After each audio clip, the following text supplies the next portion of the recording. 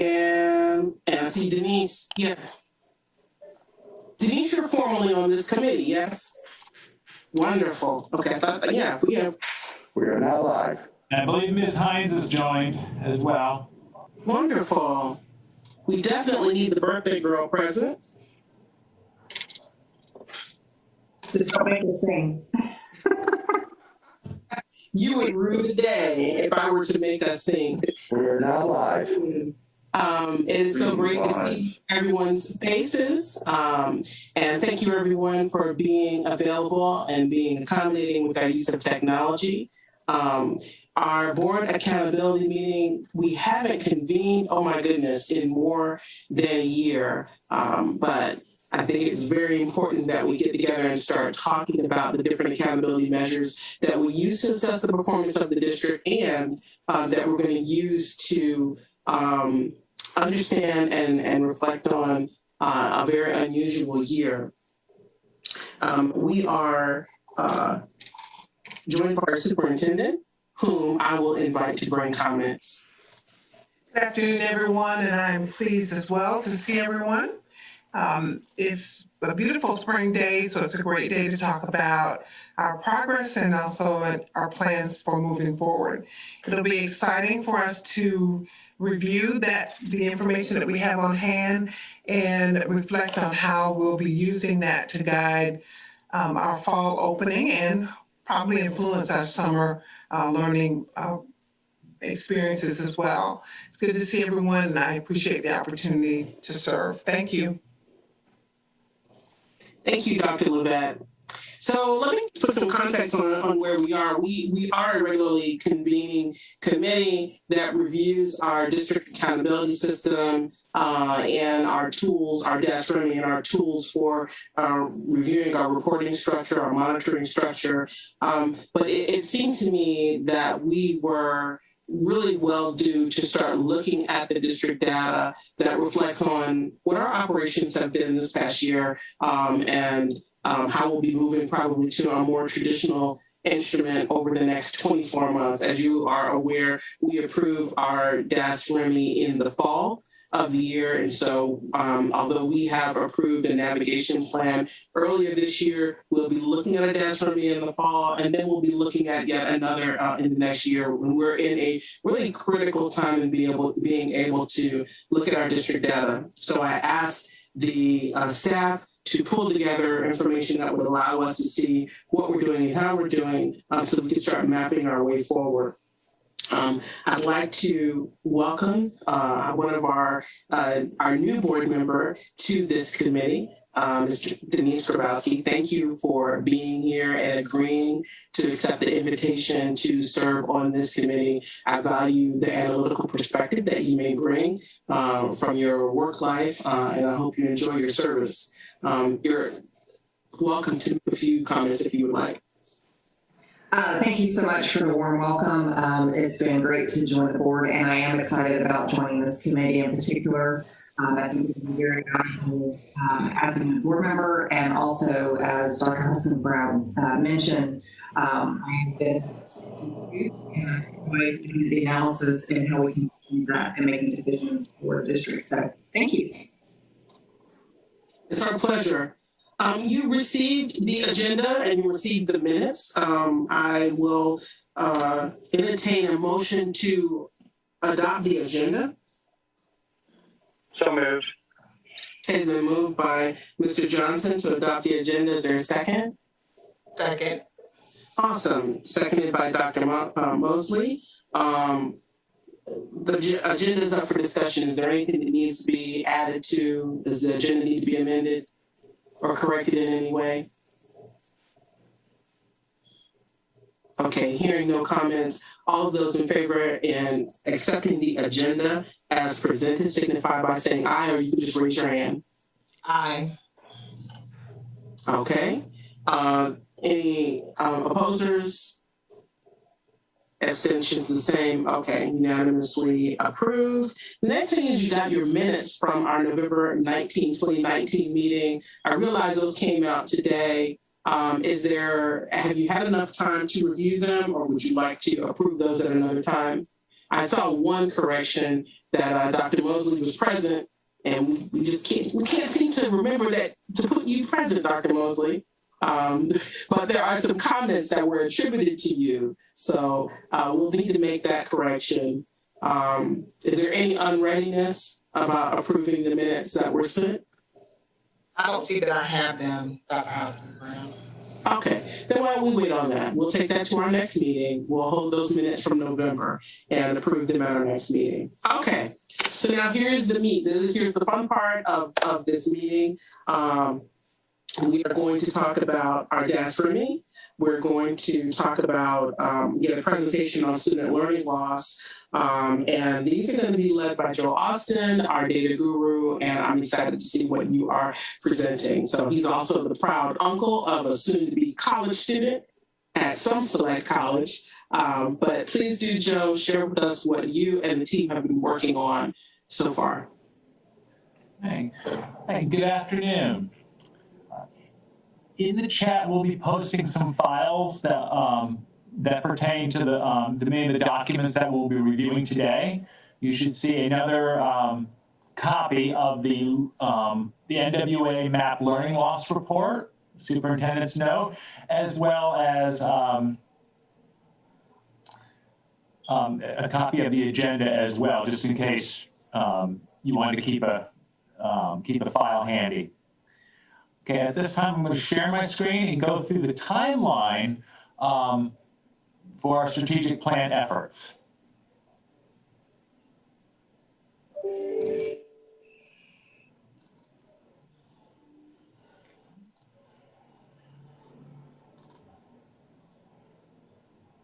Okay.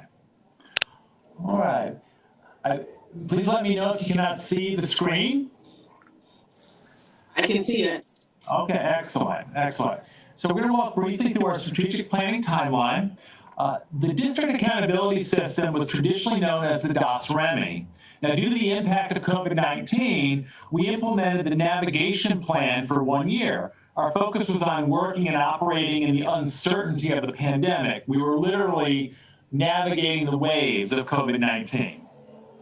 And now, our accountability system is going through another evolvement. We're now moving to the way forward for the next 5 years to emphasize our desire to move our students forward. And I'm going to go through our steps. Now, the Georgia School Board Association met with the superintendent's cabinet on February 16th and helped facilitate a SWOT analysis activity used in the strategic improvement planning process. And then on March 10th, the Georgia School Board Association met with the board members and also facilitated another SWOT analysis process. Now, March 24th, which is actually tomorrow, we will be hosting internal and external focus group meetings. Again, that will be facilitated by the Georgia School Board Association, and they will also go through that SWOT analysis process. And again, facilitated by the Georgia School Board Association to ensure fidelity and integrity of the process.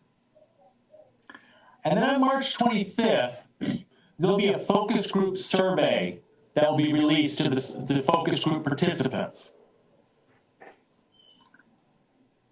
And on April 6th, there will be a community-wide survey launch. And that survey will be open to anybody in the community. That's April 6th. Then May 13th, we'll be engaged in the planning team meeting. And the planning meeting, that is where we'll craft the goals and objectives of the plan for the next 5 years. Then on June 17th, we will have an action team meeting. And in the action meeting, that is where the action steps and the initiatives will be developed that help us meet those goals and objectives. Then on July 14th, GSBA will facilitate a discussion during the board meeting, the informal board meeting. And then August 11th, the plan will be presented to the board for adoption.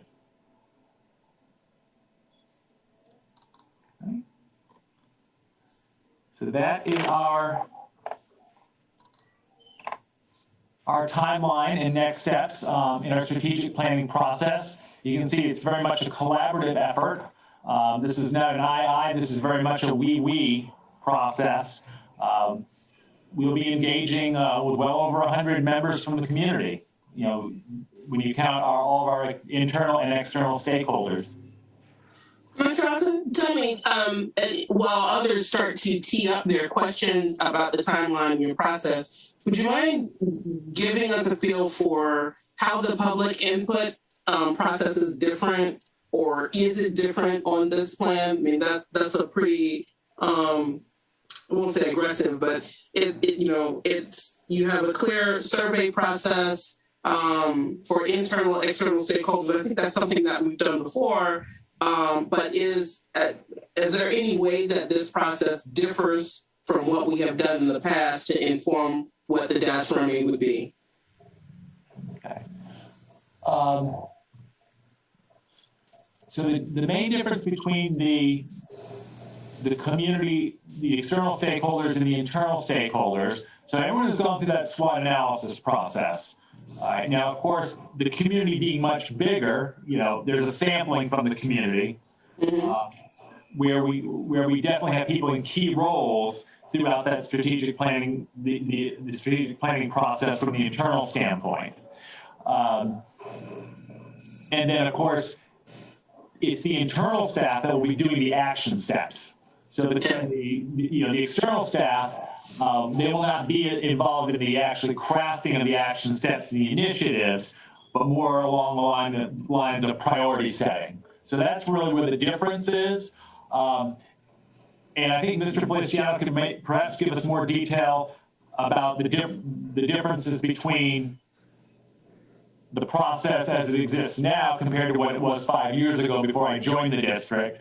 I've read some of the historical documents, but I don't want to miss anything. I think the processes are similar, but it is clear that we are evolving our process, I think that is clear. Our vision is, really is about moving forward and trying to find more authentic accountability. And the plan will reflect current best practices in strategic planning. Because as you know, we've all got to keep learning and growing to move forward, just as we expect our teachers and our students to do. Okay, thank you. And that was part of my question one, to orient persons who maybe have not watched this committee meeting before, who are watching via streaming, and for members of this committee now who are present and don't have a historical perspective. So the evolution of the process is this continual improvement process that we've been pursuing as a district, not just in response to our pandemic year. Correct. Okay, thank you. Right. Ms. Hall has a question. I was just wondering, I may have asked this before, who will comprise the action committee? Because it seems to me that that's when the rubber really is going to meet the road. Or is that something that Dr. Levette will decide? Okay.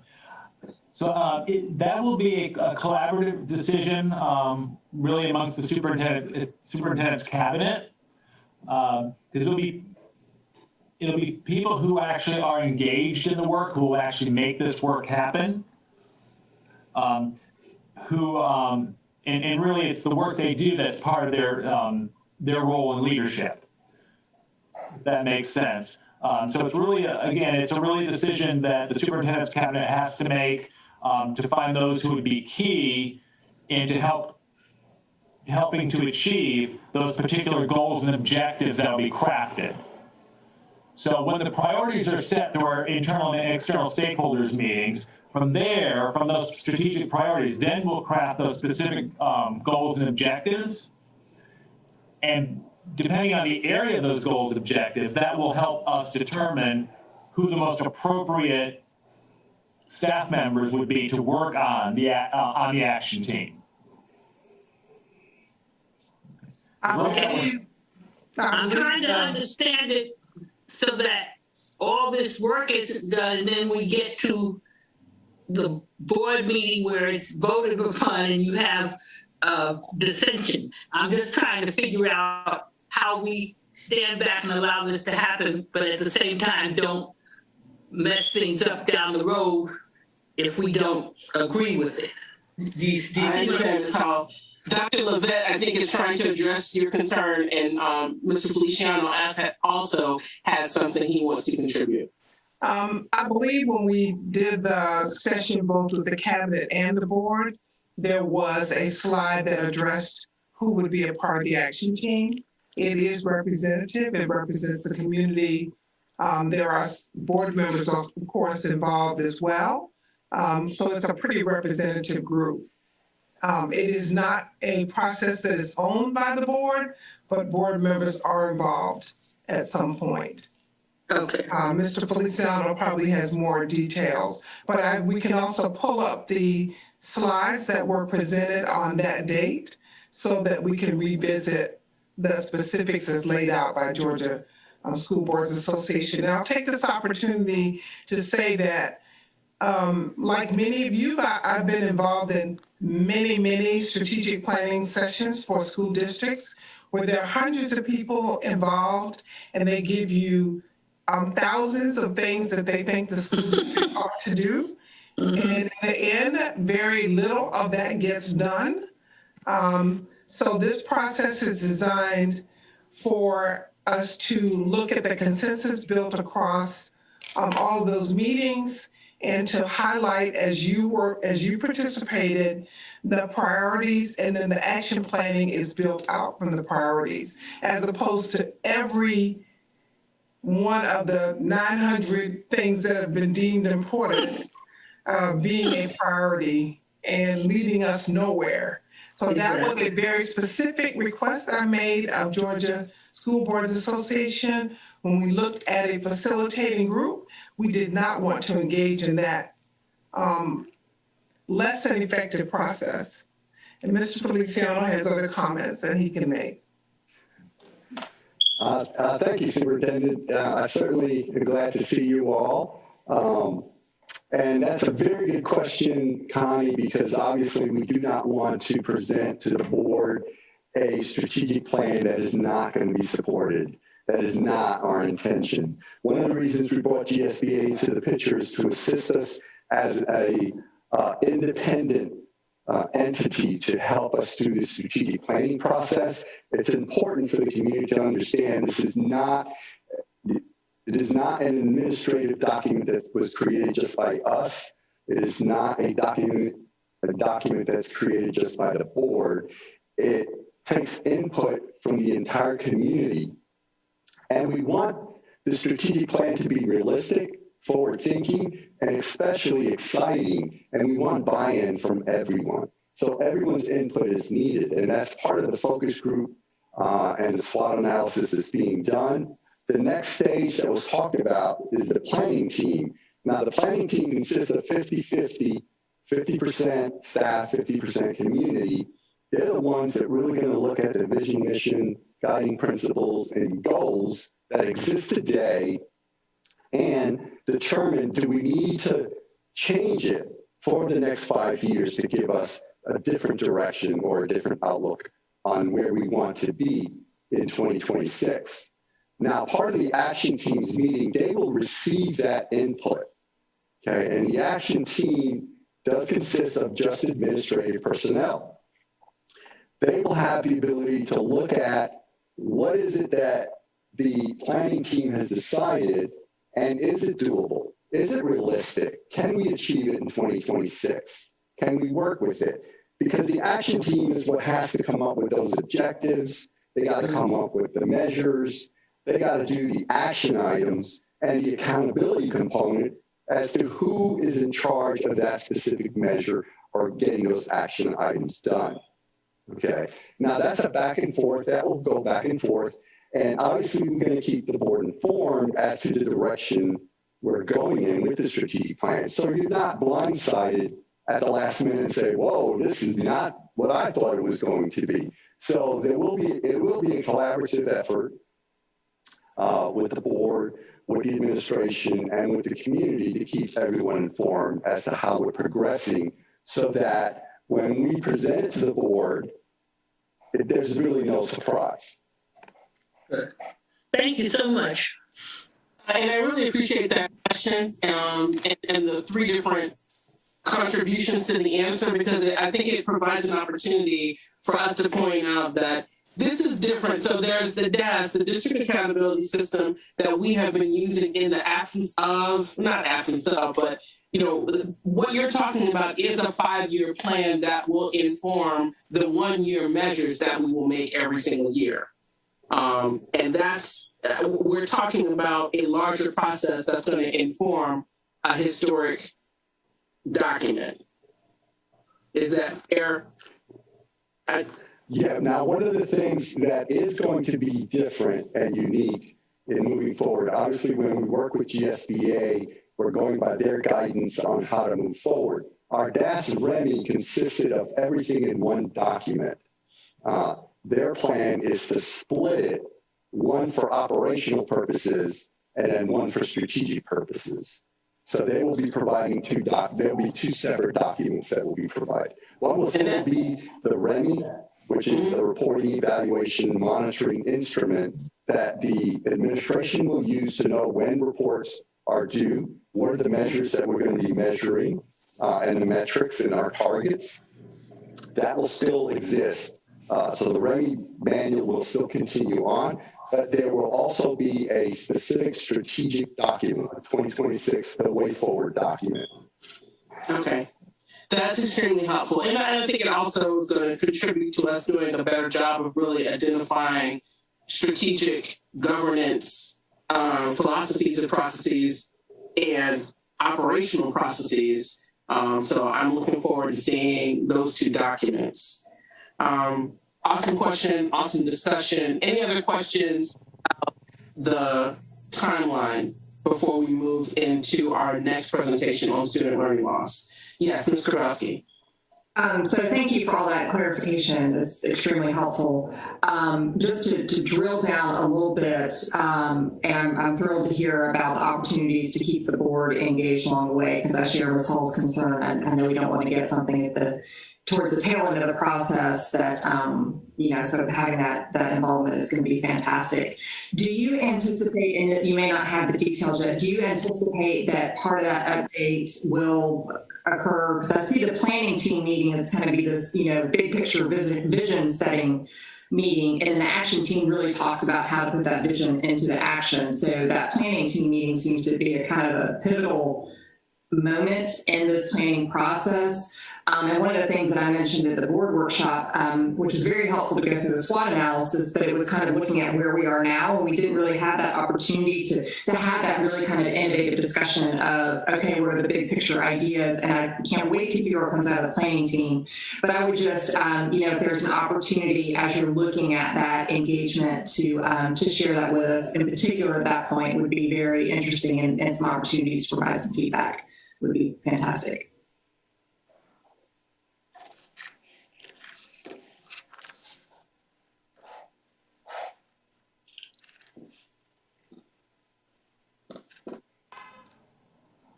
Yeah, that would not be a problem to provide an update to the board as to the outcome of the planning team.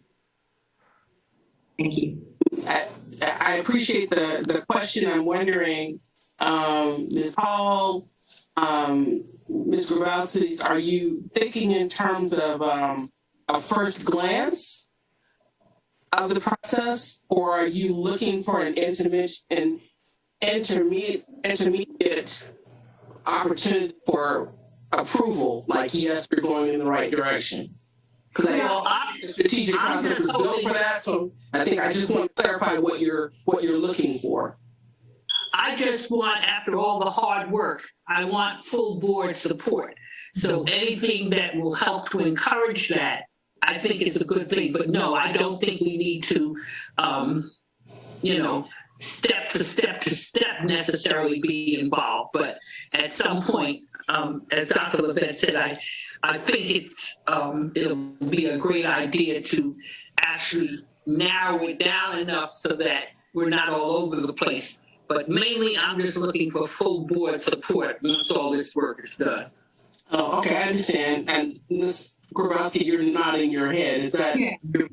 And I think for something like this, that the process is almost as important as the plan itself, that process is very transparent, that something that everyone has buy-in into that process, and that if there is something that we need to, get more information so that we have that comfort level by the time it does come up for adoption, that we recognize that early on before we get to the end of the planning process. And so, planning process is iterative. It's supposed to be a living process, and it's all part of that package. Okay, thank you. Okay, are we ready to move to student learning loss? Okay, I'm going to share my screen again.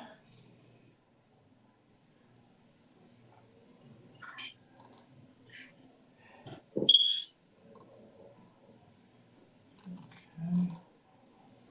All right.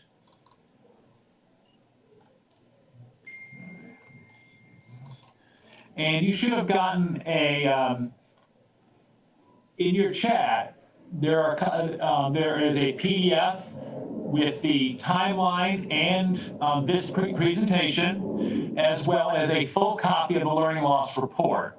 Because the presentation, of course, will be a summary.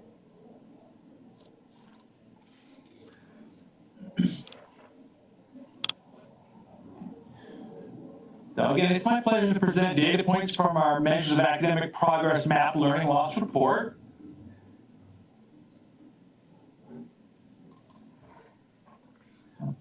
So the purpose of the report really is to determine the impact that COVID-19 had on teaching and learning in the last quarter of the 2020 school year, and to identify standards and domains in need of additional support to mitigate the learning loss.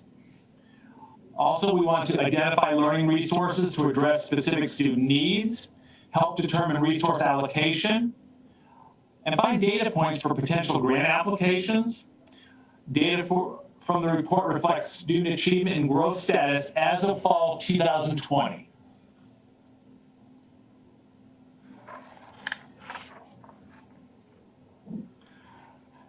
So this slide represents participation loss. Participation loss was calculated based on students active at the year of school year 2019-20. And these students did not participate in math in fall 2020. We included students who were not enrolled in fall 2020, as well as students who were not enrolled but not assessed.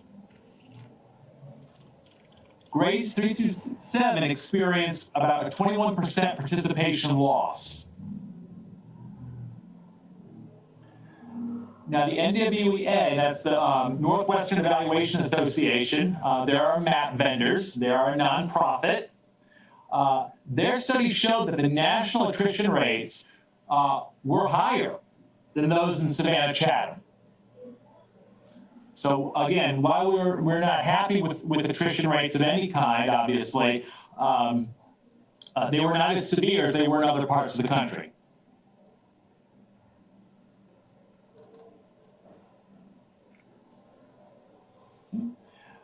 We're now going to review some key findings.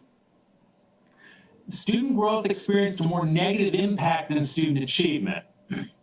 While students continued to learn to grow, they did not learn and grow at the same rate as previous years. I think that's key. So learning didn't stop, growth didn't stop. We just there was not as much learning and growth as there had been in previous years, because we had to reinvent how we delivered teaching and learning. Fall 2020 growth percentiles were lower than in previous years in both reading and in math. Student achievement was generally comparable for all grade levels in reading and for most of the grade levels in math. Now, Savannah-Chatham results were very similar to results across the nation. NWEA's normative pool consists of over 10 million students, making it one of the most robust assessment pools anywhere in the world. Throughout the nation, performance in math showed the greatest amount of decline. So again, our trend matches that national trend.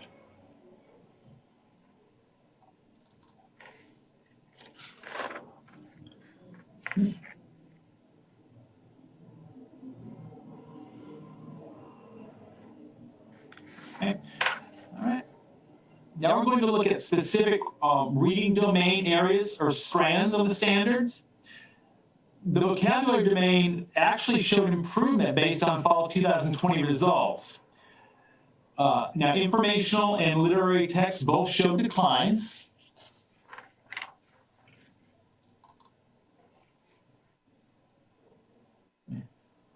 Now we're going to turn our attention to math. Number operations remained about the same for elementary students. The most significant elementary declines were in operations and algebraic thinking. Middle grade students showed the greatest gains in statistics and probability. In middle grades, geometry remained about the same.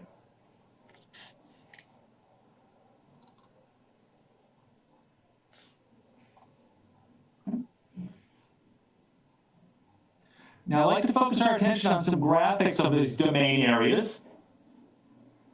Okay, and if you ever have time to play with this infographic, you can see these hovering features are actually quite fun. You might want to do that in your after the meeting, or if you want to look at this for future reference. Now, although informational and literary text experience declines, over 50% of our students are meeting or exceeding standards. So you can see well over 50% are average, high average, or higher.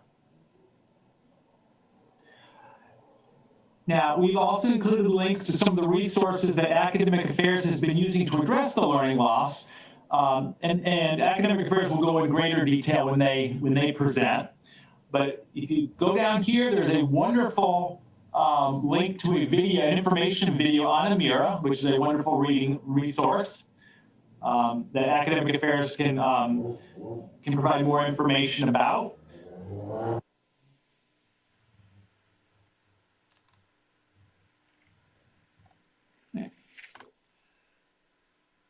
So operations and algebraic thinking, again, experience declines and are definitely areas of potential growth.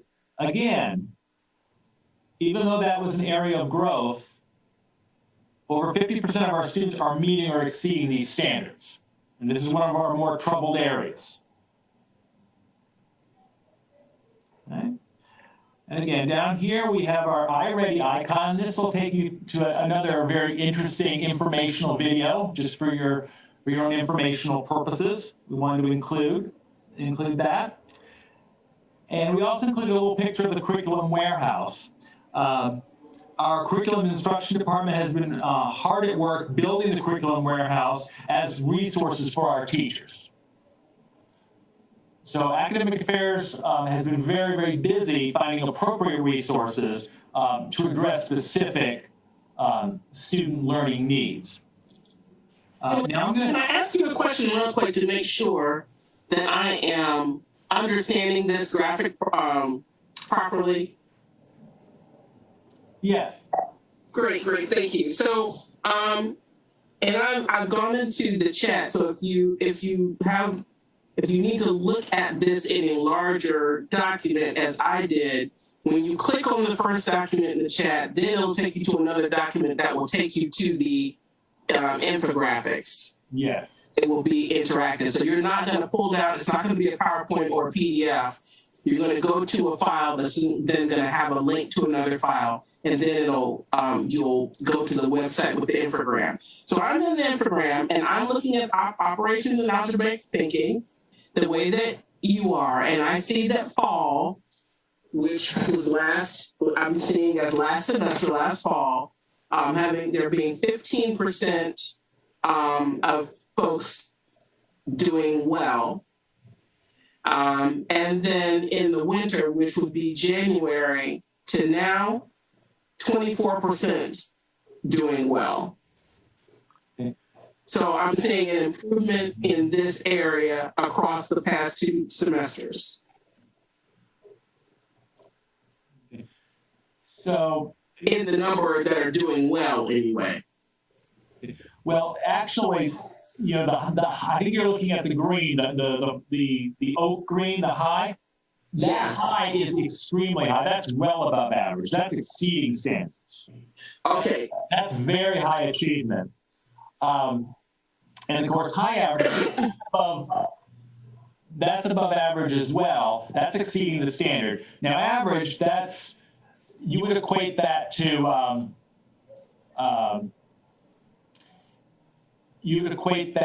what we would call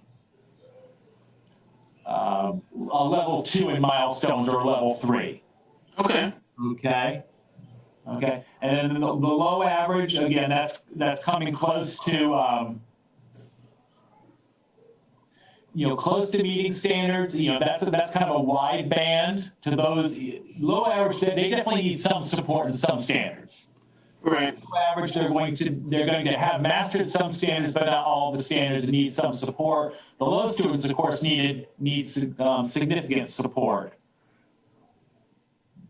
Okay, so I guess what I think I've got it. What I'm seeing is that 15% were doing 15.15% were far above meeting the standards in the fall, and the percentage of students who were doing far above the standards increased from 15.15% to 24%.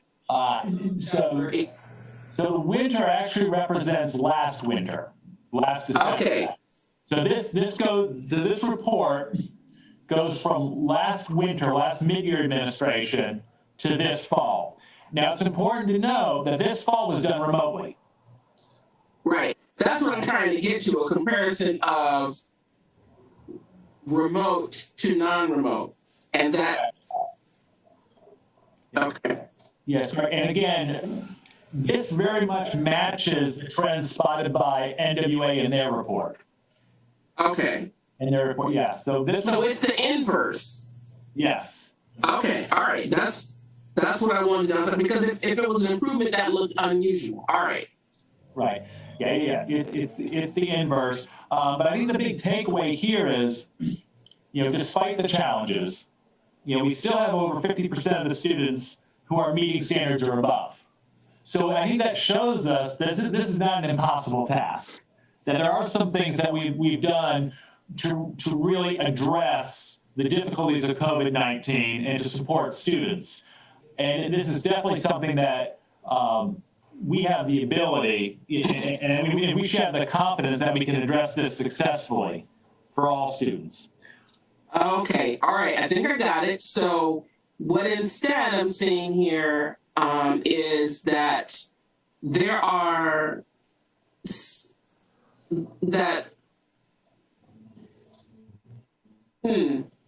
Actually, I was going to translate it into some concerns from a parent, but I'll not do that. I understand what we're seeing, and I see that Mr. Grabowski has unmuted. Yes. I have too. Okay, all right. And Ms. Hall, see, I just got you guys warmed up. Now you warmed up. So, all right. Go ahead, Mr. Grabowski, and then Ms. Hall. Okay, thank you. I just wanted to clarify. These are numbers that are based on the MAP assessments. Is that correct? Correct. Measures of academic progress. Okay.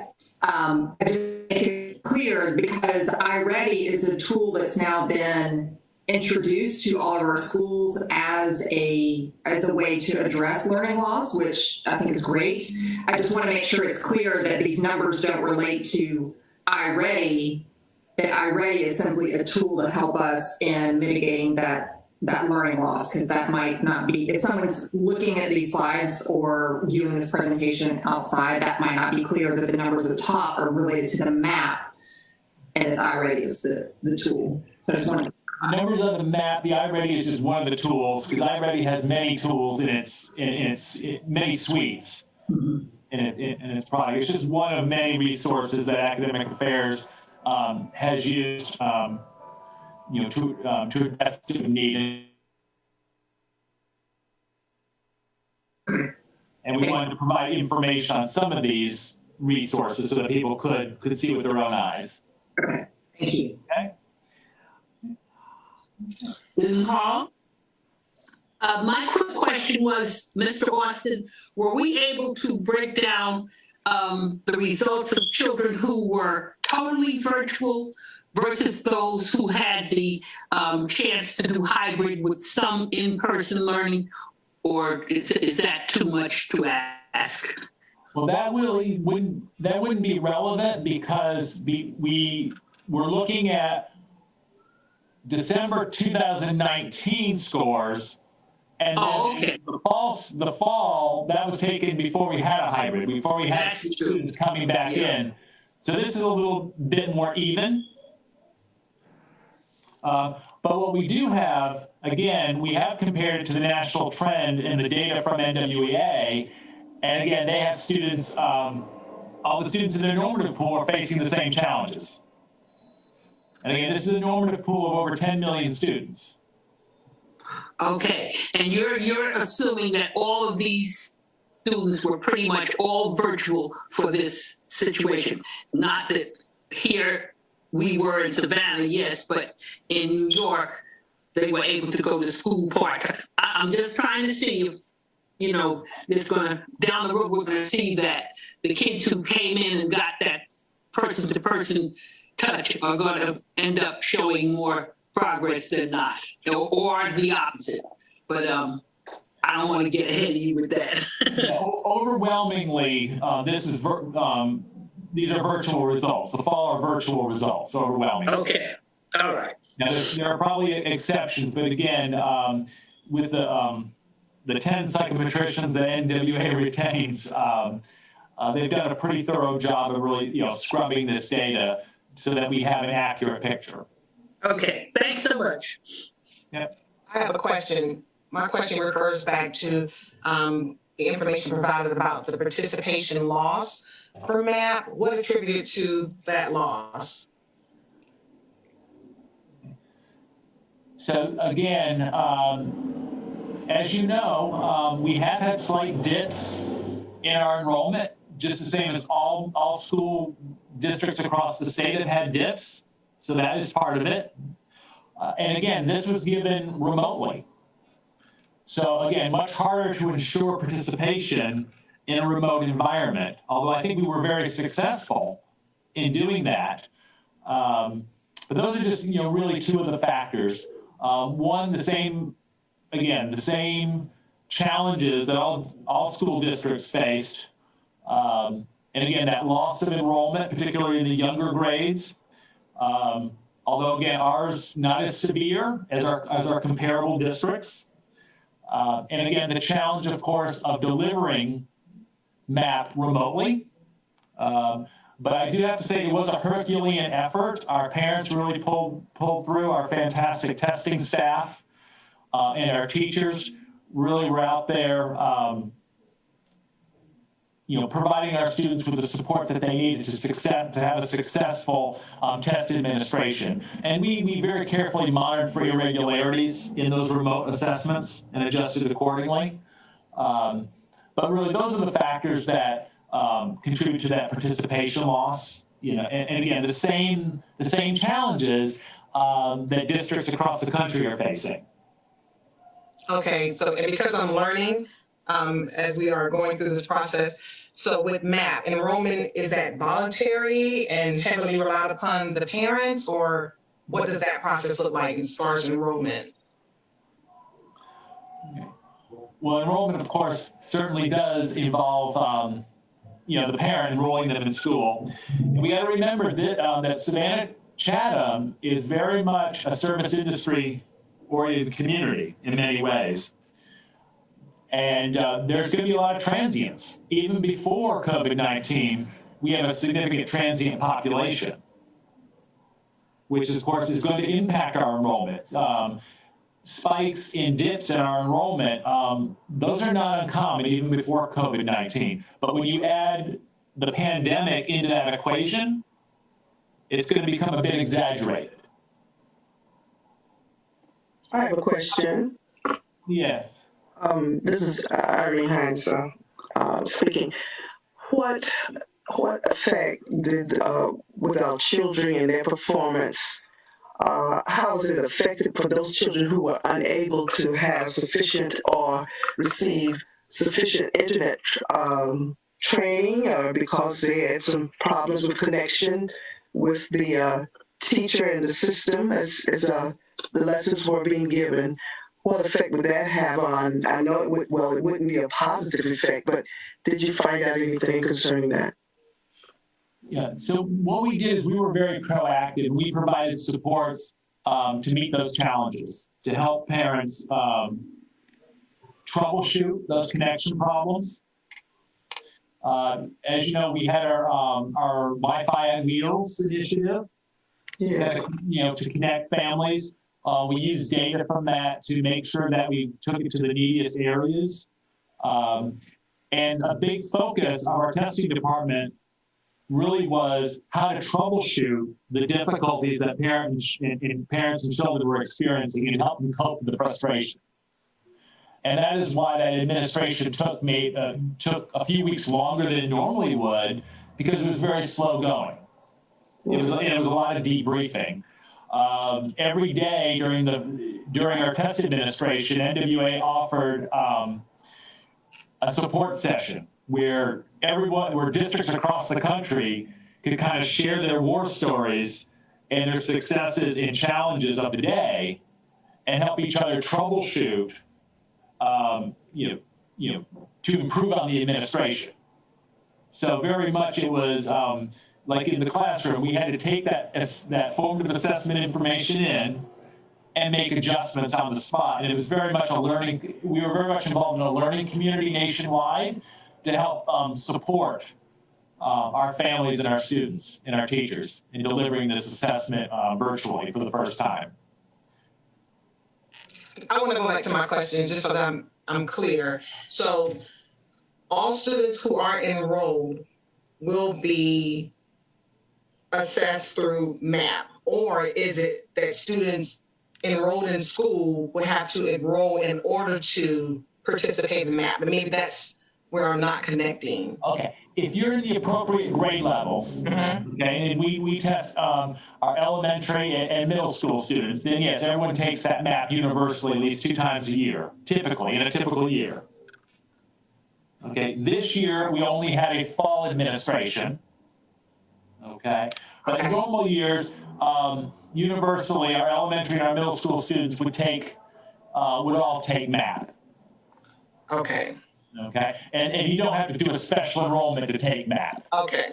Okay, you don't, yeah, right. You have to be enrolled in the district for us to support you. This is really helpful, and one of the things that I think would help with digesting these data would be to have a little more information about the data conditions. And Denise, I see you. On this particular slide, it would help me to have these details about the data, like a description of what's there and what's not, and then the key findings on the other side. We got the key findings early in the presentation, the summary of the analysis, and then we got this infographic. But I think having some information about what the data are representing and the key findings here would be more helpful to me than the resources available. And I think that might be true if this is going to go to the board. I think they'd ask some of the same questions about how to understand what they're receiving. Okay, I have Ms. Bobrowski and then Mr. Johnson. Thank you.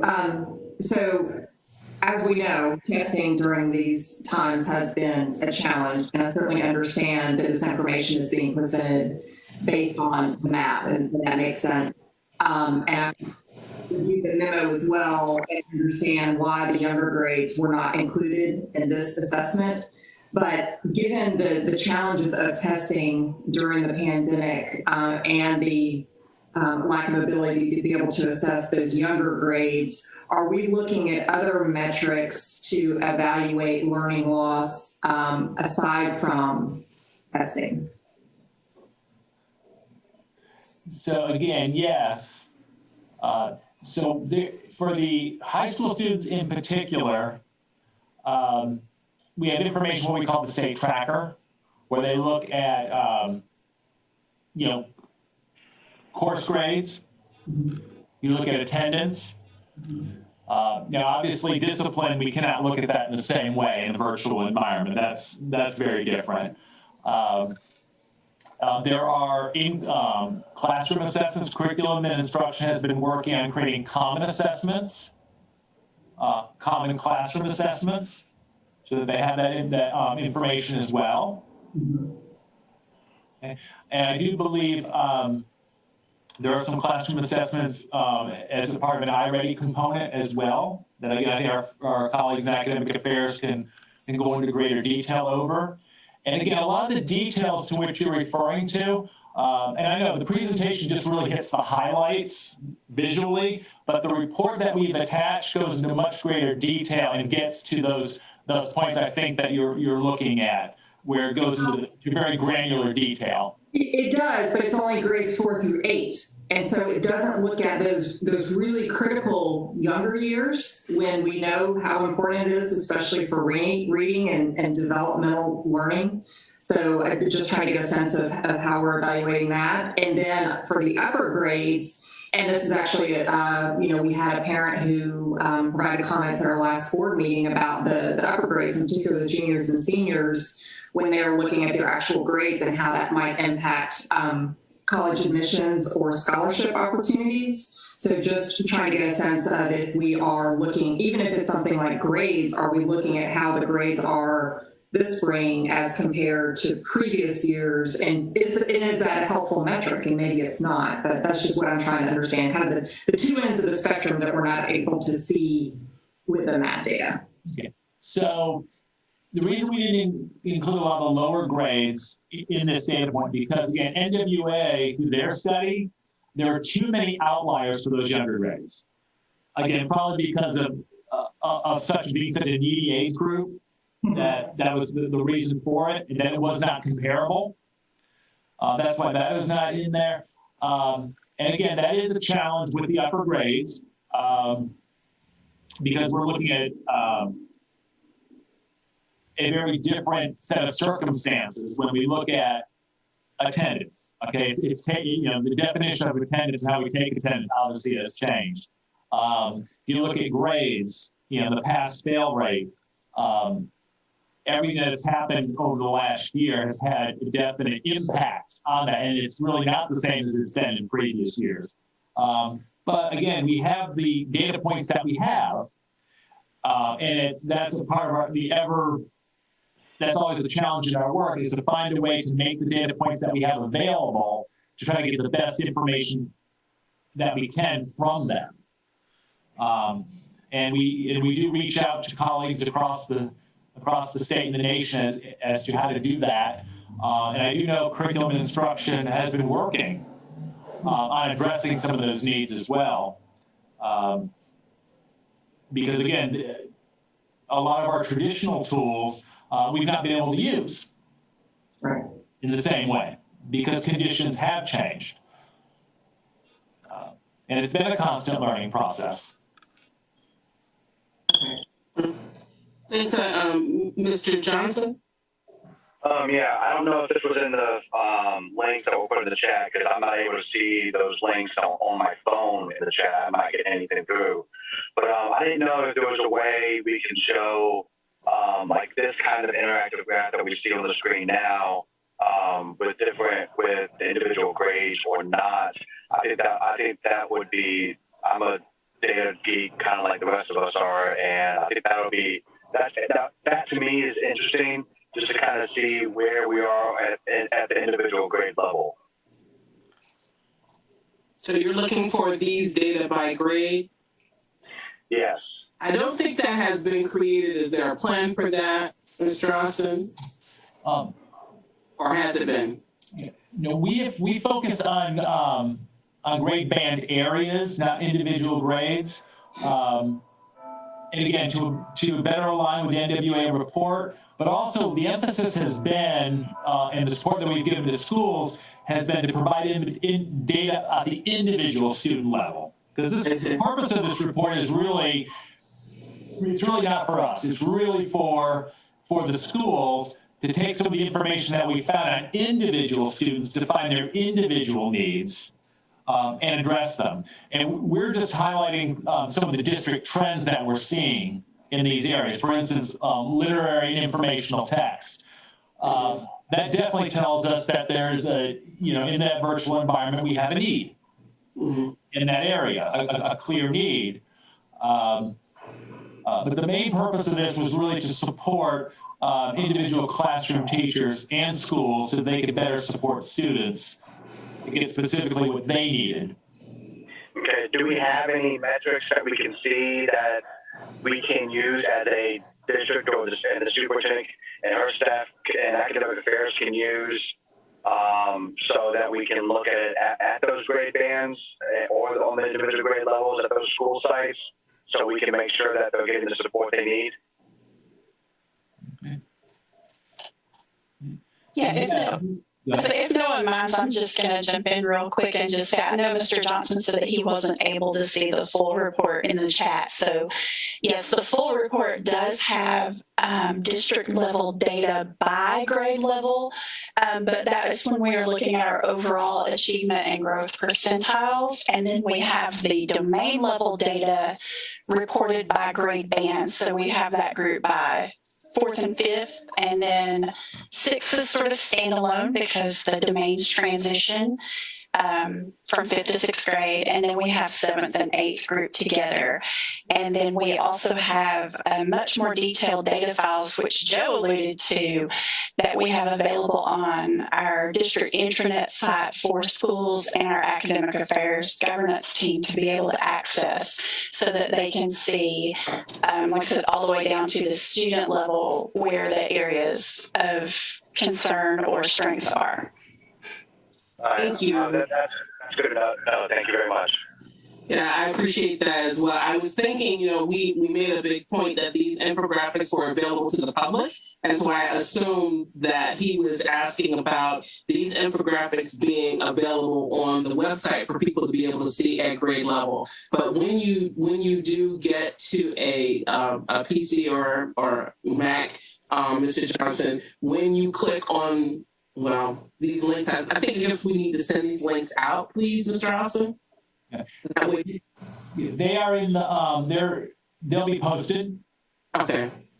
Along with the other documents. Okay, on our page. Yes. Okay. So when you click on the PDF, it will take you. You will also get a PDF of what looks like an executive summary. It looks a lot like the executive summary that we get on other reports. So you'll see it as a PDF. Yes, and then we also will have the learning loss report itself, that full report as well. The infographic was just for presentation purposes, just to tell the story in a more simplistic way. And of course, the more detailed report goes far more granular, and that too will be posted for the public and is on the board. Okay. Excellent. Thank you. Thank you. Okay, we are past our time, but I did want to point out two items. One is that we passed the agenda, but there is one error on the agenda. Dr. Howard Hall is no longer on this committee. She is chairing academic excellence, and so we'll need to change that. And Ms. Grabowski is a new member of this committee, so that's not on our committee list at the bottom of the agenda. The other thing to note is that we've created a subcommittee within Board Accountability, and that is the Equity Subcommittee, which Ms. Hall has agreed to lead. And so that committee will commence its work this year as a new subcommittee under Board Accountability. Dion, can I make one comment before we leave Mr. Austin's remarks? Sure. Okay, I just want to say that as with everything else, crises always brings opportunities, and I'm actually happy with all the calls that we are always getting for assessments other than standardized testing. I'm happy to hear that we had the opportunity to use classroom common assessments, end of course grading, and all of the various things that our elementary and primary teachers will have had to do to assess, rather than depending so much on the standardized testing. So I think this is a good opportunity for us to see that. Excellent, thank you. Okay. So I thank you, Mr. Austin, for those two reports. One that orients us as to where we are in the strategic planning process and the data acquisition process and the feedback we're getting internally and externally. And then also on the learning loss data, I think this is something that we've been curious about for some time, and we're going to appreciate digging into the document that you shared. We have our next meeting. When is our next meeting scheduled? Mr. Feliciano, do you have that? Let's see. Maybe I can pull that up. The next normal one would be April 27. Okay. So that is our next meeting date. Are there any other thoughts, concerns, announcements before we adjourn? Dr. Hoskins-Brown, if I could make a couple of comments. I'd like to thank the staff for providing the information you requested. And I'd also like to remind everyone that while we are looking at a standardized test today, hey cutie, we have also during this time period, as Mrs. Hall has pointed out repeatedly in Academic Excellence Committee meetings, the power of the teacher, that we recognize that over the past year, we have had uneven teaching and learning experiences. So we have had to rely on the ingenuity of our teachers.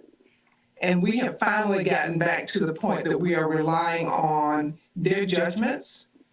Prior to this time, we have relied exclusively and extensively, which is unnatural and not developmental, on standardized tests. And just for the record, so everybody is clear, I am not a proponent of relying totally on standardized tests to make decisions about children's readiness. I don't think it's healthy. I believe the country has moved in that direction to our disadvantage. So I'm happy to see that we are now relying more heavily on the persons who are working with those children every day and taking a more humane and developmental approach to looking at student readiness versus a one-size-fits-all cookie-cutter approach. While I do have some value and respect for standardized tests, I do recognize that all children do not test well, and I would advance the position that they have not tested well in situations, particularly like this one, and in situations where we're relying on technology that is not always reliable and technology that is not always available. I do see the results that we have received as indications of work that we need to do, but I also see it as a test and a testimony to our resilience during this time period. In my conversation with the new Secretary of Education today, I reiterated my disappointment with the fact that we are entertaining the idea of testing our children this spring when we are still trying to recover from the pandemic. I thought it was my moral and ethical responsibility to let him know that verbally. And I also said to him that when we have universities who are continuing to make the decisions that they will opt out of SAT and ACT, it says something. So the rest of us should follow suit. And I would like for him to consider, as I would say to you, that our teachers are in there every day working and contributing in many ways to the survival and thriving of our children. And I would ask that we continue to consider their comments in terms of readiness of children to move to the next grade. Thank you so much for allowing me to make those comments. Thank you. They're very much appreciated. At this time, if there are no other concerns, I'll entertain a motion to adjourn. Okay. I have moved. All right. It's been probably moved in second. All those in favor signify by saying aye or raising your hand. Aye. Can do the same. All right. Well, that takes care of it. All right. Well, thank you so much, everyone, for your time. I expect that after we have some time to digest what we've received today, that we may need a little more time in our April meeting. So please do reach out for any technical support. If you have not been able to get the documents that have been shared with us today easily or to your satisfaction, and I'm sure we can provide some assistance for that. Thanks again to everyone who contributed to the data that we saw today and to the report that we'll be able to take a look at. We definitely appreciate it, and I look forward to being able to talk about that information. I know it took a lot of time, so thank you. Dr. Hoskins-Brown, is there a chance that we might meet in person in April? It is a possibility that we can meet in person in April, yes. Okay, that would be wonderful. Okay, so timing did not allow for it today. Other people who are not in retirement, we're not. I think this is my 7th hour of being on Zoom. So it was not something that could happen today, but I felt it was very important that in a time that we were talking about our navigation plan, that it was very conspicuous that board accountability had not been meeting. And so now at this time, I requested staff to pull data together, and they did so, and I'm very thankful for that. Yes. Bravo, Mr. Austin. Very good job. Excellent job. Thank you. All right. Thank you, Board Accountability team. We appreciate you. And I think we are done with Board Accountability today. So thanks. Y'all have a great one.